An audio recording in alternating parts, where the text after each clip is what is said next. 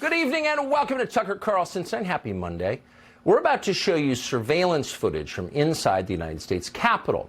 The images you'll see were recorded 26 months ago today on January 6, 2021. Until now, politicians have kept this tape hidden from the public. There is no legitimate justification for that, and there never has been. On January 6, 2 years ago, thousands of protesters walked from a Trump rally on the ellipse outside the White House to the U.S. Capitol, where the certification of the presidential election was underway. The protesters were angry. They believed that the election they had just voted in had been unfairly conducted, and they were right. In retrospect, it is clear the 2020 election was a grave betrayal of American democracy. Given the facts that have since emerged about that election, no honest person can deny it. Yet the beneficiaries of that election continue to lie about what is now obvious. The real crime, they will tell you again and again, is not what happened on Election Day 2020. The real crime is what happened 2 months later on January 6th, when Donald Trump led an insurrection against the duly elected American government.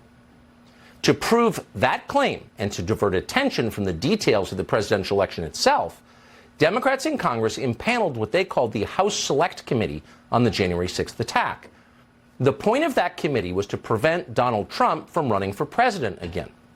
In December of last year, committee members voted unanimously to refer Trump to the Department of Justice for criminal prosecution. Mission accomplished. But what the committee did not do was explain what happened inside the Capitol on January 6th. 3 weeks ago, thanks to the new Republican Speaker's office, we gained access to thousands of hours of surveillance video that help answer that question. The January 6th committee had access to this very same tape and watched much of it. But as we're about to show you, committee members lied about what they saw and then hid the evidence from the public as well as from January 6th criminal defendants and their lawyers. That is unforgivable. Whatever you think of Speaker Kevin McCarthy, he rectified that crime, and we are grateful that he did. Before we show you the tape, a few words on the process. Our producers had unfettered access to the Capitol surveillance video. Neither the Speaker's office nor our bosses at Fox News interfered in any way with our investigation. Of the 40,000 or so hours of tape, most of it turned out to be irrelevant. Static shots of empty rooms, in some cases far from the Capitol itself. To find relevant videotape, our producers were given use of Capitol computers with advanced mapping software. That made it easy to find what we were looking for. What we didn't have was access to facial recognition software, and that was significant. For more than 2 years, we have wondered why some in the crowd that day who seemed to be inciting violence were never indicted for it. We assumed these were federal agents of some sort. We still assume that. And in fact, there were many examples of behavior we saw in those tapes that didn't seem to make sense. Men in civilian clothes holding doors open for protesters, escorting others through the Capitol, etc. We would love to know who these people were. But as of tonight, we don't know. And because we don't know, we're not going to put their faces on the screen and suggest they were federal agents. That would be irresponsible. So there were many mysteries we could not solve. Among them, unfortunately, is the shooting of Ashley Babbitt. From the evidence we have, the publicly available evidence, it seems clear that Babbitt was murdered by a Capitol Hill police officer called Michael Byrd. Ashley Babbitt was unarmed. She was shorter in stature than average. She posed no conceivable threat to anyone. But beyond that, we can only speculate about what happened. There were no security cameras near the Speaker's lobby where Ashley Babbitt was killed. And one more thing. Virtually no one in Washington, Republican or Democrat, certainly not in the news media, wanted to see this tape released tonight. That's why it's remained hidden for more than 2 years. In recent weeks, the usual hyenas in Congress and on cable news have been howling about we are putting lives at risk by showing this tape to the public. Given that these are the very same people who support open borders and defunding the police, it is hard to take their complaints seriously. But we do take security seriously. So before airing any of this video, we checked first with the Capitol Police. We're happy to say their reservations were minor, and for the most part, they were reasonable. In the end, the only change that we made was in blurring the details of a single interior door in the Capitol building. You're unlikely even to notice it when we show you, and we are confident it does not affect our reporting. With that, here's the video. It doesn't answer every question from January 6th, far from it. But it does prove beyond doubt that Democrats in Congress, assisted by Adam Kinzinger and Liz Cheney, lied about what happened that day. They are liars. That is conclusive. and that fact should prevent them from ever being taken seriously again. We're going to begin tonight with footage that shows you what was actually happening inside the Capitol. The footage does not show an insurrection or a riot in progress. Instead, it shows police escorting protesters through the building, including the now infamous QAnon shaman. Watch. These are the pictures you've seen of January 6th. They're familiar because they've been playing on a loop on every media outlet in America for the last 2 years. There's a reason for that. But it turns out there's quite a bit of video you haven't seen. And that video tells a very different story about what happened on January 6th. More than 40,000 hours of surveillance footage from in and around the Capitol have been withheld from the public. And once you see the video, you'll understand why. Taken as a whole, the video record does not support the claim that January 6th was an insurrection. In fact, it demolishes that claim. And that's exactly why the Democratic Party and its allies in the media prevented you from seeing it. By controlling the images you were allowed to view from January 6th, they controlled how the public understood that day. They could lie about what happened, and you would never know the difference. Those lies had a purpose. They created a pretext for a federal crackdown on opponents of the Uniparty in Washington. Our office wanted to ensure that there was shock and awe, that we could charge as many people as possible. The first thing you notice from viewing the full video record of January 6th is just how many people entered the Capitol building that day. Hundreds and hundreds of people, possibly thousands, over the course of about 2 hours. The crowd was enormous. A small percentage of them were hooligans. They committed vandalism. You've seen their pictures again and again. But the overwhelming majority weren't. They were peaceful. They were orderly and meek. These were not insurrectionists. They were sightseers. Footage from inside the Capitol overturns the story you've heard about January 6th. Protesters queue up in neat little lines. They give each other tours outside the Speaker's office. They take cheerful selfies and they smile. They're not destroying the Capitol. They obviously revere the Capitol. They're there because they believe the election was stolen from them. They believe in the system. Here's the man you've heard referred to as the QAnon shaman outside the Senate chamber. These are not rioters. These are people who wandered over from a political rally. We will not let them silence your voices. After the rally, they walked down Pennsylvania Avenue, where organizers had secured a federal permit to hold a legal rally on the grounds of the Capitol. I know that everyone here will soon be marching over to the Capitol building to peacefully and patriotically make your voices heard. Once at the Capitol building, things began to get chaotic. Capitol police officers fired tear gas into the crowd. A few at the front of the herd broke windows. Someone opened the doors, and many hundreds of others just walked in. They're going to make that the story. Of course, they did make it the story. And at the center of it, the single most famous person arrested that day was a Navy veteran from Arizona called Jacob Chansley, often referred to as the QAnon shaman. The so-called QAnon shaman. QAnon shaman. Someone named Q Shaman. Jacob Chansley became the face of January 6th, a dangerous conspiracy theorist dressed in outlandish costume who led the violent insurrection to overthrow American democracy. For these crimes, Chansley was sentenced to nearly 4 years in prison, far more time than many violent criminals now receive. What did Jacob Chansley do to receive this punishment? To this day, there is dispute over how Chansley got into the Capitol building. But according to our review of the internal surveillance video, it is very clear what happened once he got inside. Virtually every moment of his time inside the Capitol was caught on tape. The tapes show that Capitol Police never stopped Jacob Chansley. They helped him. They acted as his tour guides. Here's video of Chansley in the Senate chamber. Capitol Police officers take him to multiple entrances and even try to open locked doors for him. We counted at least 9 officers who were within touch. It shows him giving thanks for them in a prayer on the floor of the Senate. Watch. Thank you, Heavenly Father, for giving the inspiration needed to these police officers to allow us in this building. Contrast the reality of what Jacob Chansley did in the Capitol building on January 6th, the indisputable facts recorded on video, some of which has never before been seen, with the depiction of Jacob Chansley that you've seen in the media for more than 2 years. He's a terrorist, they said. He should be killed. Shoot him. Shoot him. Like, you burst into the United States Senate. If he was dressed like bin Laden, would he have shot him? Shoot him! Shoot him! It makes you wonder, who are the violent extremists here? Not Jacob Chansley, and the video proves that. But you would never have known from the media coverage. The people sitting in the chairs need to be sitting in a jail cell. Chansley is in a jail cell. He's been there for months. If he was in fact committing such a grave crime, why didn't the officers who were standing right next to him place him under arrest? Until now, no one could even prove that even happened. But it did. We're going to digest this surveillance video from the U.S. Capitol on January 6th in pieces tonight. We're going to show you more in just a moment. But first, we're going to pause and bring in the New York Post Miranda Devine, who's been on top of the story from the very beginning. By the way, this will be the front page of tomorrow's New York Post. Miranda Devine joins us now. Miranda, thanks so much for coming on. So the disconnect between what they told us happened inside and what we now know happened inside, thanks to the surveillance video, is vast.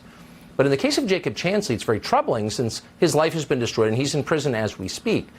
Simple question. How, given that Jacob Chansley was wandering around with armed police officers who appeared from the footage to be helping him, could he be indicted and convicted and they not? Like, how does that work? Well, it's very sad because obviously you can see from the demeanour of the police officers and from his own demeanour that he was harmless, that they regarded him as harmless. You saw him walk past about 9 other police officers. They didn't even give him, a look, even though he was dressed so garishly. He's obviously a performance artist and was not posing any threat to anybody. You can see where they help him open a door to go in to the Senate chamber. And so why on earth was that footage not used as exculpatory evidence in his trial? This man is spending almost 4 years in jail, a naval veteran, aged 33 years old, and he's just puzzled about it. You can see in that jailhouse interview that you played that he is sort of, he says his regret is that he thought because the police officers were showing him around that it was okay, that what he was doing was appropriate. And you can see the way those people were walking through the Capitol, as you say, they are walking meekly, politely, queuing, very peaceable, that they don't mean any harm. They are treating the Capitol with reverence. That doesn't excuse the others, the minority of the protesters who did break windows and fight police and injure police and cause mayhem.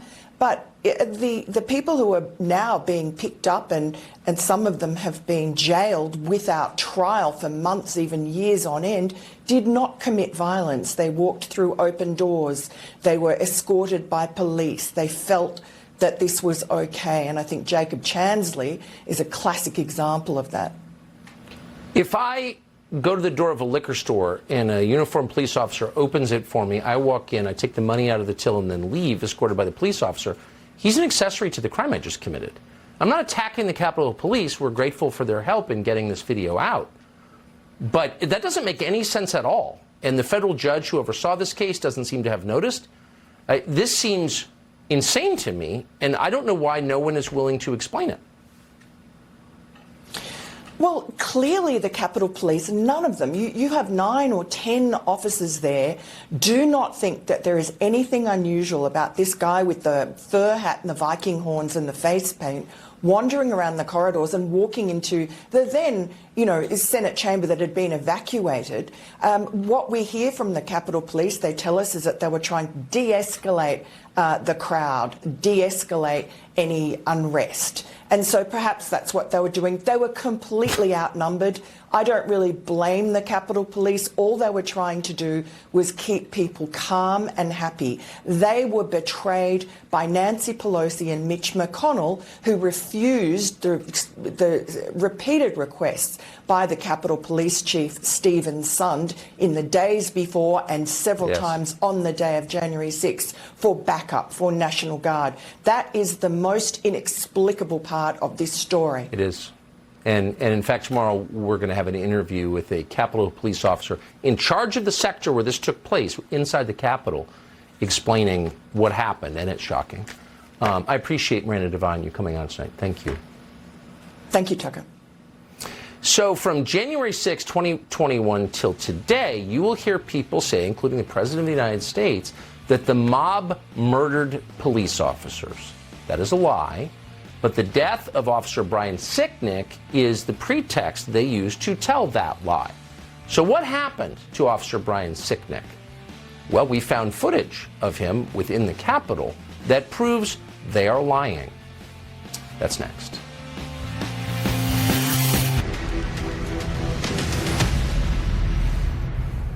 Within hours of January 6th, literally hours, you began to hear that day described as a deadly insurrection, and not described by one news outlet or one politician, but in unison by all of them, almost like it was coordinated. A deadly insurrection. That's how history may record January 6th. But the tape that we reviewed from within the building on that day proves it was neither an insurrection nor deadly. Here it is. January 6th, when an estimated 2,000 rioters breached the Capitol building, causing the deaths of 5 police officers. Certain dates echo throughout history. December 7th, 1941. September 11th, 2001. And January 6th. The mob beat officers with anything they had on them. Hockey stick, a flagpole, a fire extinguisher. Police officers died. Donald Trump supporters who, of course, rioted and killed police officers. By the evening of January 6th, the Democratic Party and its publicists in the national news media had settled on a description of what had happened that day.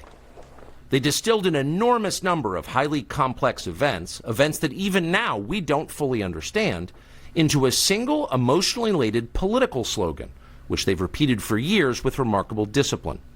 January 6th, they said, was a deadly insurrection. There was a deadly insurrection that the right wing is trying to cover up. He incited a deadly insurrection. Incited a deadly insurrection. The violent, deadly insurrection on the Capitol 9 months ago, it was about white supremacy, in my view. A deadly insurrection. Everything about that phrase is a lie. Very little about January 6th was organized or violent. Surveillance video from inside the Capitol shows mostly peaceful chaos. But the slogan worked. The term deadly carries enormous emotional power, which is why they used it. To prove the insurrection was deadly, propagandists pointed to the death of an officer called Brian Sicknick. The mob killed Officer Brian Sicknick. That's what they said. It was their single most powerful indictment of the January 6th protesters and of Donald Trump and of Republican voters nationally. They repeated that claim for years. They are still repeating it. At first, they told the country that Officer Sicknick was murdered with a fire extinguisher. Officer Brian Sicknick died after being hit in the head with a fire extinguisher during the fight. That story came from the New York Times, which is effectively the assignment editor for most of the rest of American media. It was a lie, untrue in any way. But only after that lie had hardened into conventional wisdom did the newspaper bother to retract it. The New York Times has quietly retracted its story about the death of Capitol Police Officer Brian Sicknick. The damage had been done. Brian Sicknick, himself a Trump voter, had been transformed without his consent into a political martyr of the left. His memory was shamelessly exploited by the incoming Biden administration. In February of 2021, Sicknick's body lay in state in the Capitol Rotunda, where a parade of unscrupulous politicians made use of it. Here's Joe Biden. Breaking down the doors, trying to overturn an outcome of election, and killing several police officers in the meantime. But Brian Sicknick should not be reduced to a prop for the political ambitions of the Democratic Party. He was a human being. The facts of his life matter, including how he died. To this day, media accounts describe Sicknick as someone who was, quote, slain on January 6th. The video we reviewed proves that is a lie. Here is surveillance footage of Sicknick walking in the Capitol after he was supposedly murdered by the mob outside. By all appearances, Sicknick is healthy and vigorous. He's wearing a helmet, so it's hard to imagine he was killed by a head injury. Whatever happened to Brian Sicknick was very obviously not the result of violence he suffered at the entrance to the Capitol. This tape overturns the single most powerful and politically useful lie the Democrats have told us about January 6th. And it was indeed a lie. The January 6th committee knew perfectly well that Brian Sicknick was walking normally through the Capitol after he was supposedly murdered by Trump supporters.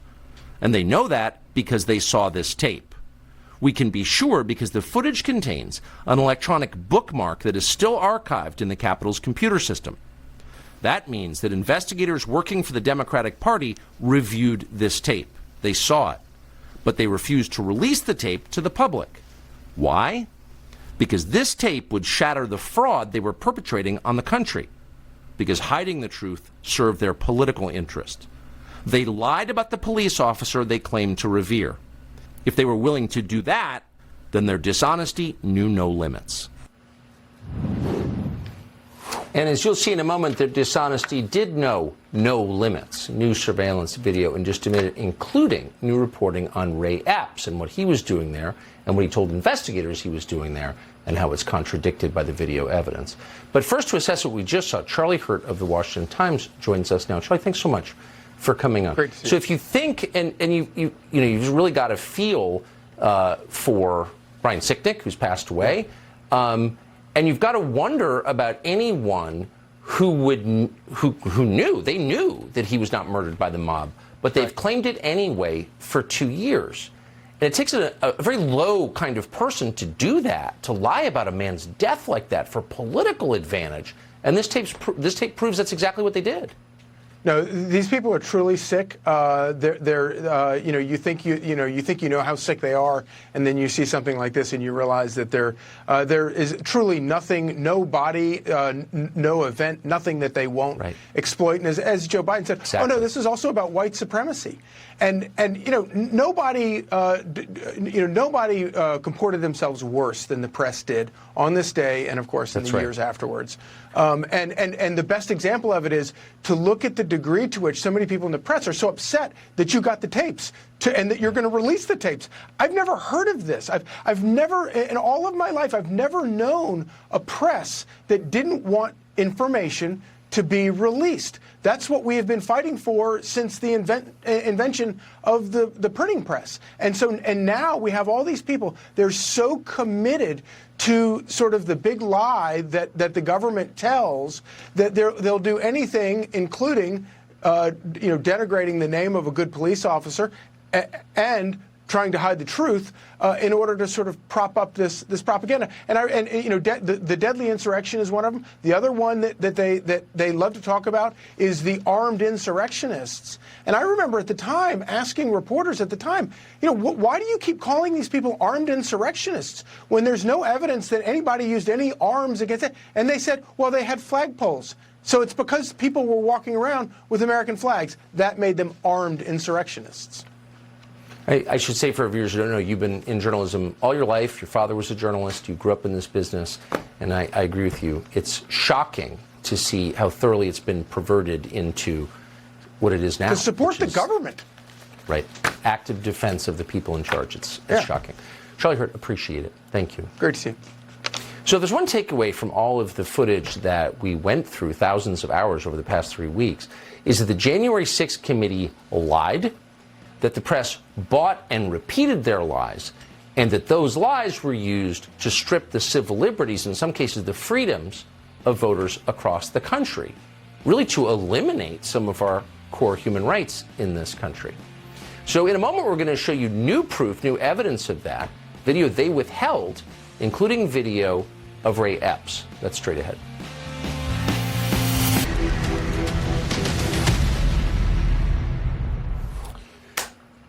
If there's one takeaway from the corpus of footage that we spent 3 weeks looking at, it's that the January 6th committee lied. Its members are liars. And as the result of those lies, core civil liberties in this country were eroded. People went to prison. They're in prison as of right now, unjustly. So those lies had consequences. So you have to ask yourself, whatever happened to the members of the January 6th committee? These liars who hurt people and the country. Well, let's see. Adam Schiff is running for Senate. Adam Kinzinger got a job at CNN. Liz Cheney somehow wound up a professor at the University of Virginia, the august University of Virginia. They're all still there. Benny Thompson, ooh, listen to his wisdom. But they're liars. And above all, this video proves it. Here's another installment. One of the enduring mysteries of January 6th is the role that intelligence and law enforcement agencies played in the events of that day.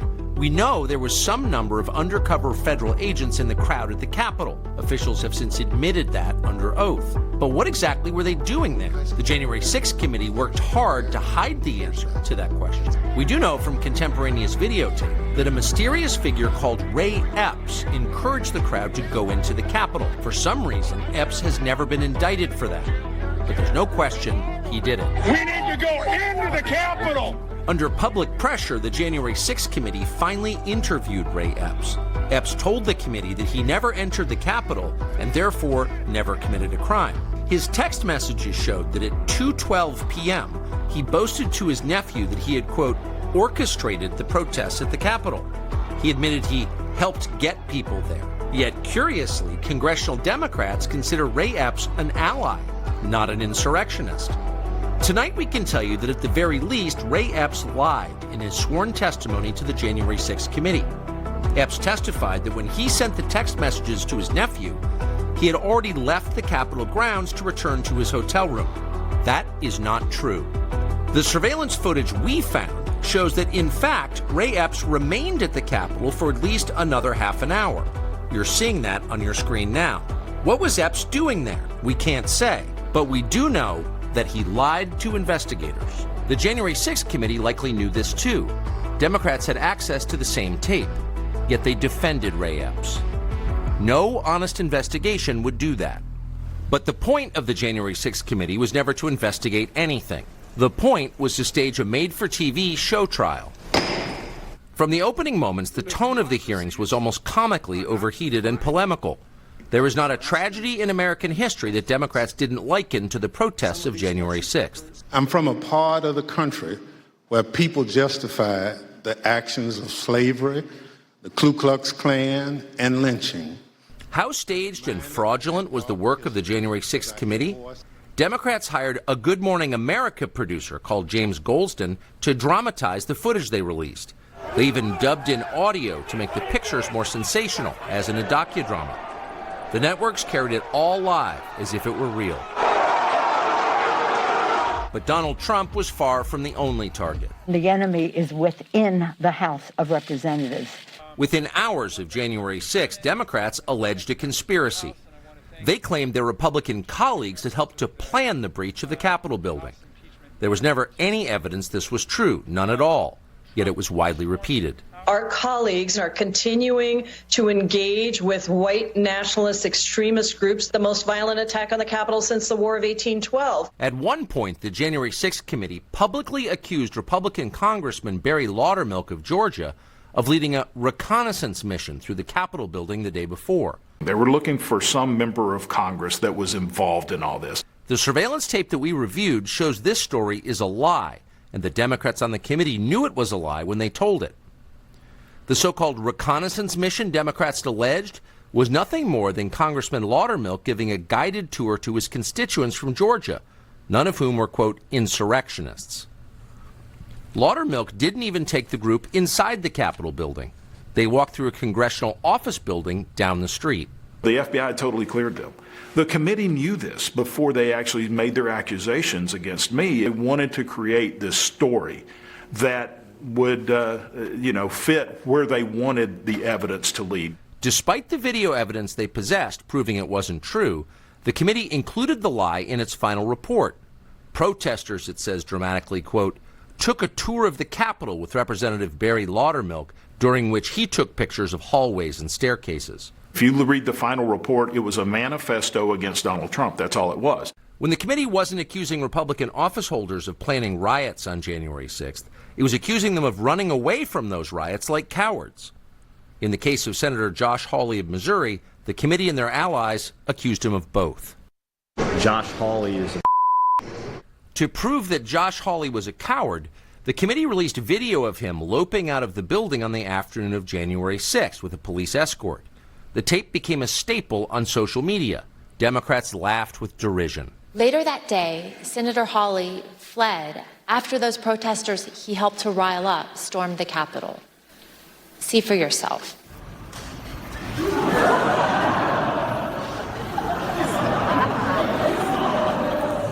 But in fact, the surveillance footage we reviewed shows that famous clip was a sham, edited deceptively by the January 6th committee. The clip was propaganda, not evidence. The actual videotape shows that Hawley was one of many lawmakers being ushered out of the building by Capitol Hill police officers. And in fact, Hawley was at the back of the pack. The coward tape was a lie, one of many from the January 6th committee. One of many is for certain. Thomas Massie serves in the Congress. He did then, he does now. He represents the Commonwealth of Kentucky. Congressman, thank you so much for coming on. I have never seen members of Congress accuse the other, I mean, there's usually a kind of fraternity in the Congress. You're all members of Congress, 435, accuse their colleagues unfairly, without any evidence at all, of committing felonies. What's your response to this, to the lying from your colleagues in the Congress?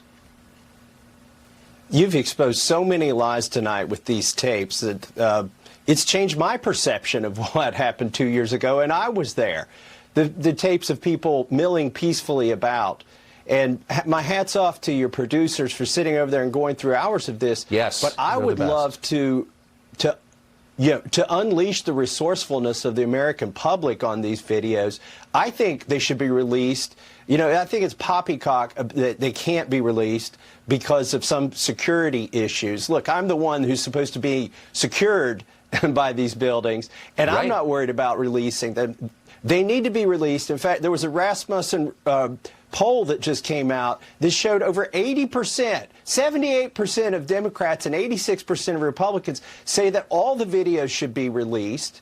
And they should, because as you said, Tucker, you didn't have facial recognition software there. We also we need a complete catalog of all of the feds who were there. Tell us who they were. Let's watch the videos and let's see what they did, because there's some really strange behavior on those videos of people behind the police lines in plain clothes, like touching them on the shoulder, talking in their ear, walking around boundaries as if they weren't even there. It's very odd. I'm the one who asked Merrick Garland. I showed him the tape of Ray Epps. The Democrats didn't like it. I had to show it on an iPad for Merrick Garland to watch it, and then he refused to say how many feds were there. But that was also in the Rasmussen poll. 57% of Democrats think that it's at least somewhat likely that feds, agents of the federal government, were not just there, but were also encouraging people to riot or go into the Capitol. It's very clear from the footage that our producers bravely slogged through for 3 weeks, and God bless them for doing it, that that's exactly right, that federal agents encouraged the violence that day. We're just a TV show, and we can't show people without proof of who they really were. But I agree with your assessment completely. That obviously happened. Congressman Thomas Massie of Kentucky, thank you so much for coming on. Appreciate it. Thanks, Tucker, for getting this out there. Of course. By the way, we're not, of course, in charge of this video. We don't own this video. There's a limit to the decisions we can make about it. But we have more, and we're going to show it to you tomorrow. More surveillance footage from January 6th, including an interview with a top Capitol police officer who was there and who raises a lot of pretty shocking questions about the Capitol Police response to January 6th. And keep in mind, the Capitol Police, as a force, is controlled by the Speaker of the House. And at that point, it was Nancy Pelosi. So Michael Knowles of the Daily Wire pointed out that gender ideology is destroying young people and called on conservatives to reject it. Not a tough request. He's now being accused of genocide. He joins us next.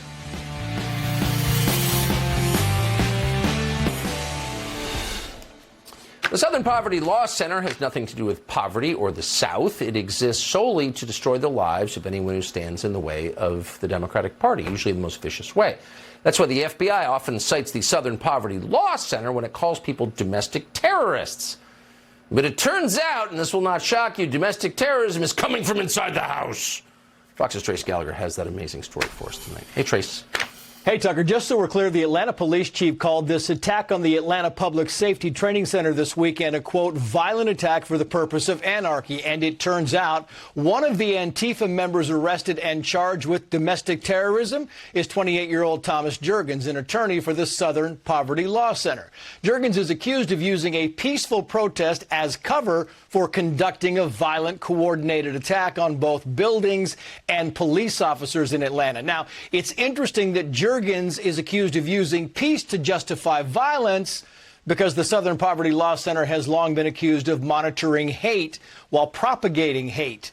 In fact, the SPLC has identified almost 1,000 people, organizations, and charities as hate groups, with the word hate being defined as anything SPLC disagrees with. Muslim women's rights activist Ayaan Hirsi Ali was labeled as a white nationalist by SPLC, and yet the FBI continues and has used SPLC as a source for who should be considered domestic terrorists. The Southern Poverty Law Center released a statement saying that Thomas Juergens was simply a legal observer and that the arrests of the violent protesters is nothing more than state repression by heavy-handed police, except the heavy hands tossing the Molotov cocktails belong to Antifa members. Incredible. Trace Gallagher, thanks for that. Good to see you. Trace on every night at midnight. You should watch. We do. So the dumber the lie, the more viciously obedience to that lie must be enforced. So now all of a sudden you're expected to believe that anyone, even children, can change their biological sex at will, even the DNA inside them. And obviously that's demented, and no honest person would go along with that lie, or any lie for that matter. At CPAC this weekend, Michael Knowles of the Daily Wire said basically just that. Watch. There can be no middle way in dealing with transgenderism. It is all or nothing. If transgenderism is true, if men really can become women, then it's true for everybody of all ages. If transgenderism is false, as it is, if men really can't become women, as they cannot, then it's false for everybody too. And if it's false, then we should not indulge it, especially since that indulgence requires taking away the rights and customs of so many people.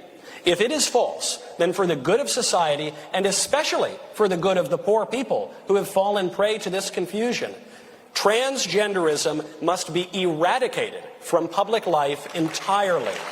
The whole preposterous ideology. So the ideology leads to the castration of children, and therefore it's bad. It is a cancer on the country. Of course, that's true. But for the crime of saying so, the Daily Beast, which is an obedient servant of the people in power, a big defender of castrating children, accused the man you just saw, Michael Knowles, of calling for genocide. And we're quoting, Michael Knowles says transgender community must be eradicated. After Knowles and the Daily Wire threatened to sue, the Daily Beast corrected their headline. But of course, he'd already accused the man of pushing genocide. Michael Knowles is the host of The Michael Knowles Show. He joins us tonight. Michael, first of all, thank you for what you said, which I think is utterly reasonable and defensible. Were you surprised that the Daily Beast, really the filthiest organ in American, quote, journalism, accused you of pushing genocide? I've been called all sorts of nasty things by the liberal press, Tucker, so I tend to expect everything. But I have to admit, being accused of genocide did take me by surprise. That seemed extreme even for the fake news media. And I think it surprised a lot of lawyers as well. The Daily Beast and the Huffington Post and Rolling Stone and a number of other outlets all spread this lie about me. They just put words into my mouth that I never said. You heard exactly what I said. I said that for the good of these people in particular, so presumably I don't want to murder them, and I talked about an ideology in particular. I'm not talking about eradicating any human beings, talking about an ideology here. They said that I wanted to commit genocide, and I said, this is libel. This is actionable libel. You know, the libel laws in the United States have quite a high threshold to actually sue. This meets that threshold. I think that unless the news editors at the Daily Beast and Rolling Stone and Huffington Post and all the rest, unless they're completely illiterate, they lied intentionally, and I think their lawyers called them and said, change the headline or you're going to get sued into oblivion. But why would they want to defend child castration? I mean, that's almost a spiritual question that we should meditate on, and I know that you have been. Michael Knowles, thank you. Good to see you. Thank you. We've got more news coming up. We'll be right back. That's it for us tonight. We have more unreleased surveillance tapes from January 6th to bring you tomorrow night, along with a remarkable interview with a Capitol Police officer who was there. It'll overturn what they've told you. Have a great night. Sean Hannity now. All right, Tucker, thank you. And we will be